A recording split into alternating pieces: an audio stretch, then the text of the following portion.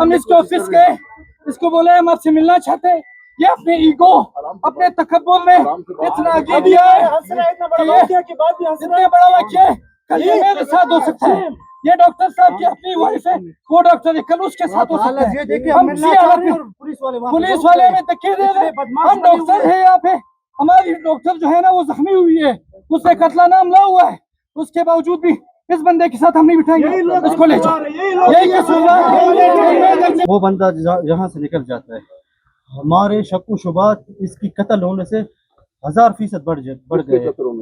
जिस बंदे को मारा गया है, मुल्जिम को, सही है ना, किन वजूहात की बिना पर उसके मोटिव्स क्या थे, वो क्यों इस तरह का कत्ल करने की साजिश की थी, वो किसके कहने पे आया था, किसको अभी जो हमारे पुलिस हमारे शक्कु शुबात बलोचिस्तान की बेटी के ऊपर मेरी आंख डालेगा तो हम उसकी आंखें निकाल रहे हैं, ठीक है।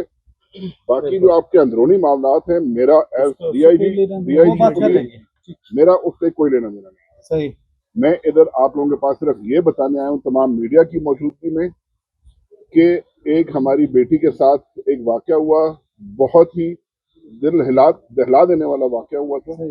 उसके ऊपर CM साहब मेरे से राब्ते में थे, कॉन्टिन्यूस राब्ते में थे।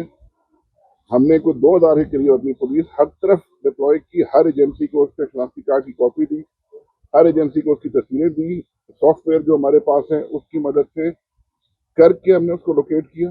30 मिनट के अंदर अंदर वो अपने अंजाम तक पहुंच गया। आपको पुलिस से कोई शिकायत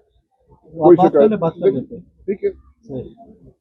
उसके अलावा बाकी जो इंसानी अमूर हैं उस पे हमारा पुलिस का, मैं इधर से चला जाऊं वो आप लोग उस पे हम भी बात करना नहीं चाहते, ठीक है। ये नंबर 1। दूसरी चीज, डॉक्टर साहिबा को CM साहब ने उनकी तबीयत देखते हुए एयर एम्बुलेंस जो अभी महीना पहले जिसका इफ्तिताह हुआ था, अभी वाइल वी स्पीक, अभी जब हम बात कर रहे हैं तो वो